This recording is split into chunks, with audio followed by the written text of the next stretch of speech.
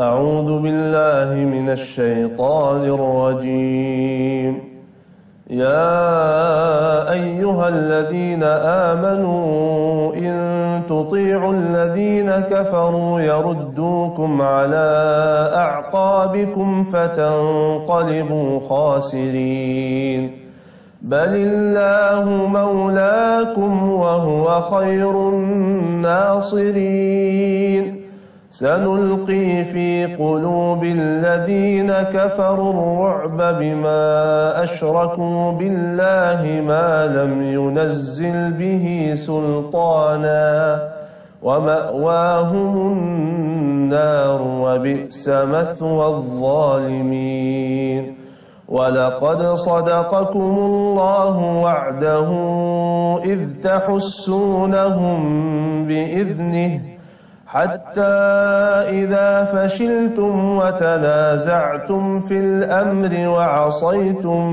من بعد ما أراكم ما تحبون منكم من يريد الدنيا ومنكم من يريد الآخرة ثم صرفكم عنهم ليبتليكم ولقد عفا عنكم والله ذو فضل على المؤمنين صدق الله العظيم. Bismillahirrahmanirrahim. Assalamualaikum warahmatullahi wabarakatuh. Dalam perjalanan saya pribadi ya pemirsa membangun keyakinan, semua adalah izin Allah Subhanahu wa taala ya. Semua adalah bimbingan Allah, karunia Allah. Kalau tidak Allah bimbing saya mungkin tidak akan juga terbangun keyakinan itu gitu.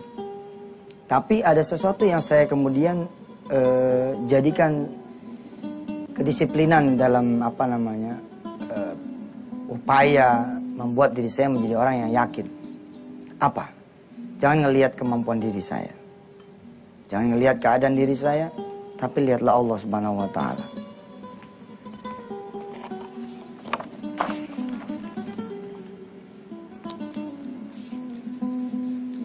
Jangan melihat kemampuan diri, keadaan diri, tapi lihatlah ya, kemampuan Allah, kekuasaan Allah, kebesaran Allah.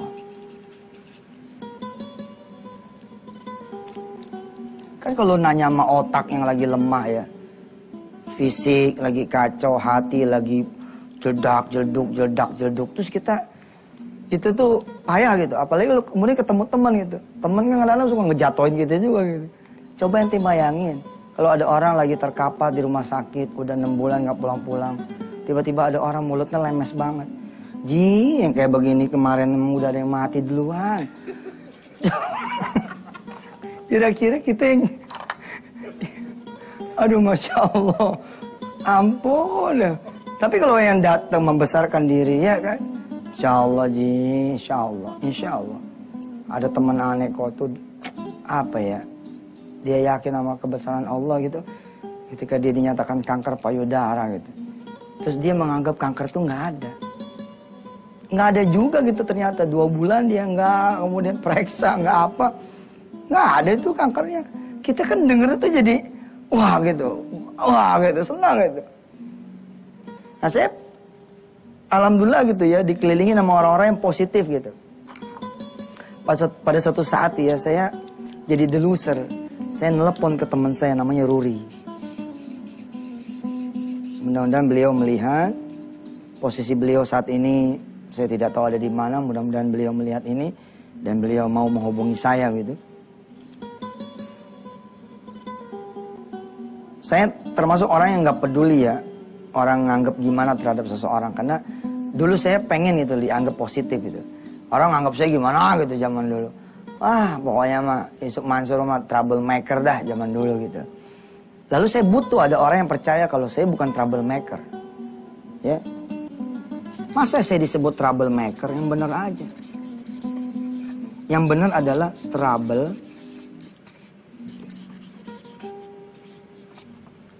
Ya. Ini, sorry bukan yang benar. Maksudnya kalau udah dilekatkan begini nih. Ya. Makanya kalau doain anak juga tuh, ente mesti hati-hati tuh. Oh doain anak suka nggak kontrol gitu. Padahal tuh anaknya sendiri gitu. Soalnya suka bilang anak setan nih. Nah dia lupa itu anaknya sendiri kan. Berarti itu dia siapa gitu kan. Hati-hati. Nah sahabat saya namanya Ruri ini. Begitu kemudian saya nelpon dia. Cakep banget. Kalimatnya cakep banget. Kalimat ini sih mungkin buat orang lain biasa aja gitu ya. Tapi buat saya saat itu. Saya tulis tuh di buku Kun Fayakun saya tuh. Ya, saya atas izin Allah nulis buku Kun Fayakun gitu. Apa kata Ruri? Tat, ente tuh beton. Bukan kayu. Kalau cuman kemudian disenderin sama beban kayak segitu mah harusnya belum bikin ente jadi goyah. Bangun Tat, bangun. Tatap masa depan. Indonesia butuh ente. Wah, waktu dengar Indonesia butuh ente, kayaknya gimana gitu. Dan ternyata alhamdulillah gitu loh. Allah kemudian ya menyampaikan apa aminnya itu disampaikan gitu. Subhanallah. Nih, kalau ngelihat keadaan diri sendiri payah saya. Lalu yang saya lihat apa? Yang saya lihat Allah aja udah. Dan saya emang diajarin tuh. Apa kata guru-guru kearifan itu ya. Coba lihat air hujan tuh. Yang bisa menurunkan air hujan itulah yang bisa menurunkan rahmat buat kamu. Yang bisa menurunkan air hujan itulah yang bisa menurunkan pertolongan buat kamu. Apa sih yang lebih sulit buat Allah? Menurunkan air hujan atau menolong kamu? Dahsyat itu. Saudara, sebelum tutup segmen ini, saudara buka surah An-Nahl ayat 65. A'udzubillahi minasyaitonirrajim. Wallahu anzala minas samaa'i maa'a fa ahya bihil arda ba'da mautiha. Inna fi dzalika laayatan liqaumin yasma'un. Segmen 2 dan segmen 3 saya akan bacakan surah An-Nahl ayat-ayat yang berikutnya insyaallah. Jangan kemana-mana.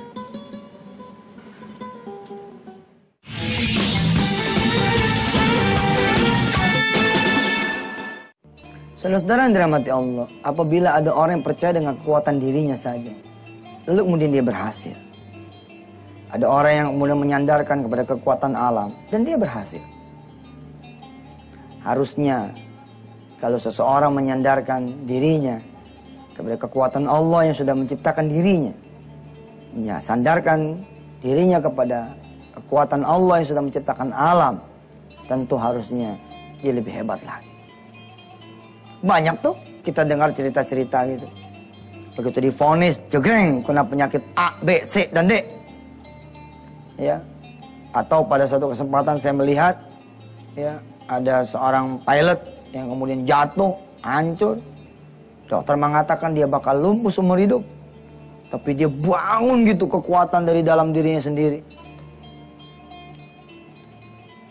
Dia bahkan ngelingkerin gitu satu tanggal, yang mana tanggal itu dia yakinkan dirinya akan keluar dari rumah sakit dalam keadaan berjalan. Dan sungguh-sungguh itu terjadi. Lalu bagaimana kemudian orang-orang yang memupuk keyakinan itu dengan doa, dengan sholat malam. Kadang saya nggak habis pikir kalau kemudian keyakinan kita melemah. Saya coba ya, saya kasih sesuatu. Perhatikan saudara.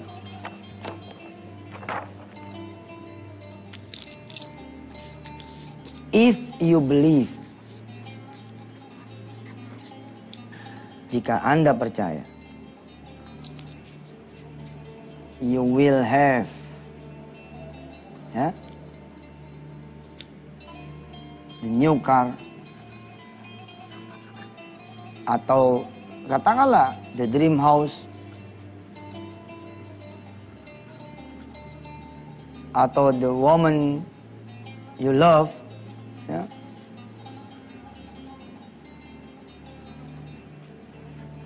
maka ini semua akan mendatangi Anda. Di zaman saya kuliah dulu, ini kan menjadi kaya ini hak asasi manusia ya. Semua orang pengen kaya gitu. Hah? Jarang juga kalau ada orang ditanya cita-citanya. Ya. Ente mau jadi apa? Ente mau jadi orang miskin aja lah. Pada saat saya kuliah dulu gitu, ada teman saya datang nih ke kosan. Woi, ada pelatihan nih. Bikin kita jadi orang kaya. Bikin kita jadi orang sukses. Bikin kita jadi orang yang maju. Nggak taunya dia prospek saya sebagai orang multi level. Tapi fine lah, saya ikut dia. Saya pikir nggak ada salahnya saya belajar. Ya. Lalu kemudian duduklah saya di tengah-tengah training. Apa kata si mentornya ini? Kata si motivator, kata si trainer. Tulis impian Anda di 7 tempat yang berbeda.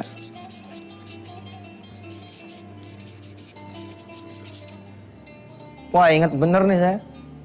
Tulis impian Anda di 7 tempat yang berbeda. Lalu letakkan di tempat-tempat yang sekiranya Anda hidup bersama impian Anda ini. Dia contohin nih zaman dulu nih, Kijang. Mobil nih saudara. Anda pengen Kijang, tulis tuh Kijang. Terus tempel di mana? Ini tempat tidur saudara, tempel di tembok kanan. Ini. Terus apa kata dia? Jadi kalau situ balik kanan, ngelihat tuh Kijang. Oh gitu maksudnya.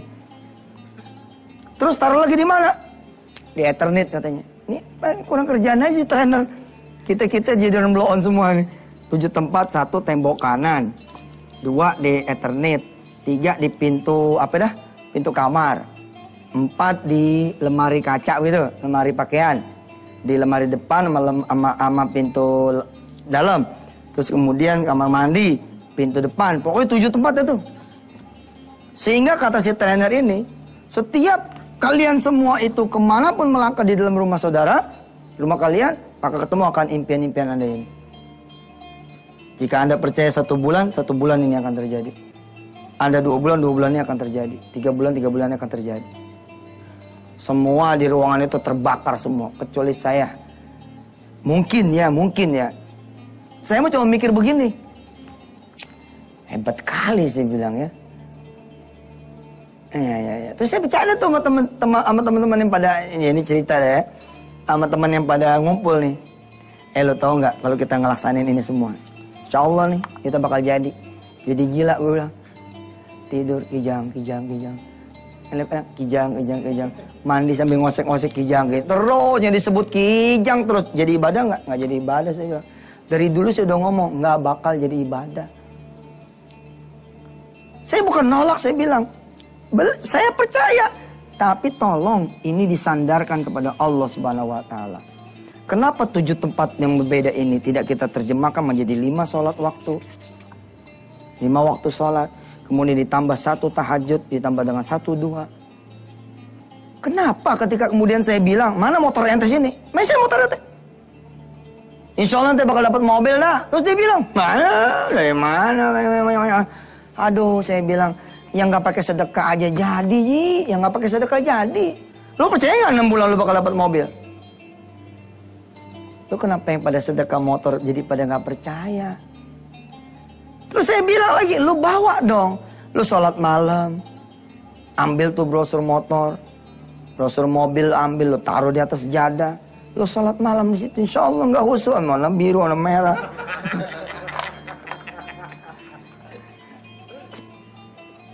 Saya mah merasa nggak fair itu. Masa keyakinan terhadap diri sendiri saja, saudara.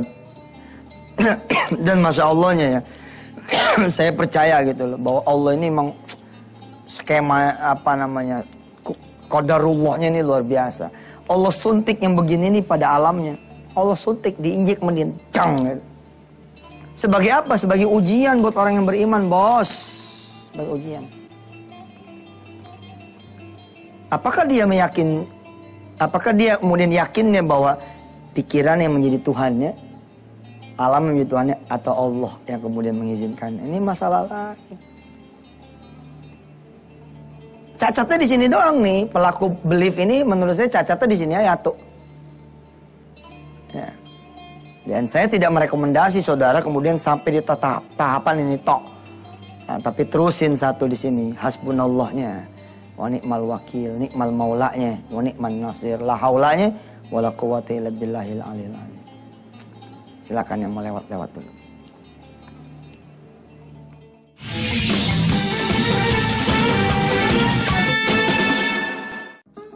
Saya akan mengajak pemirsa semua menjelajahi surah An-Nahl, ya. Kita akan baca beberapa ayat senyampainya dari mulai ayat lanjutan yang tadi, yakni 66, ya. Silakan saudara lihat terjemahannya atau saudara buka Quran yang ada di tangan saudara. A'udzubillahi minasyaitonirrajim. Wa inna lakum fil an'amil 'ibrah nusqikum mimma fi butunihi min baini farthin wa damin labanan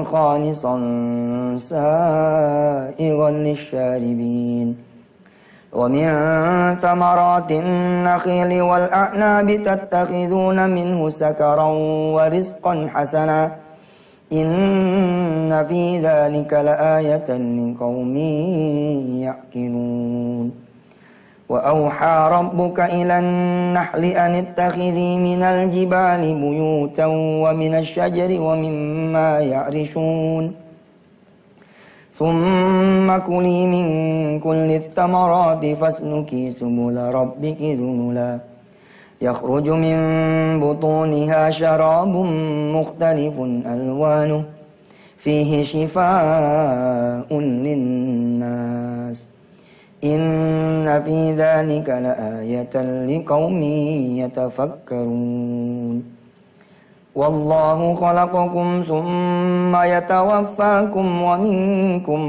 man yuraddu ila ardhil umur likai la ya'lama ba'da ilmin syai'a innallaha alimun qadir.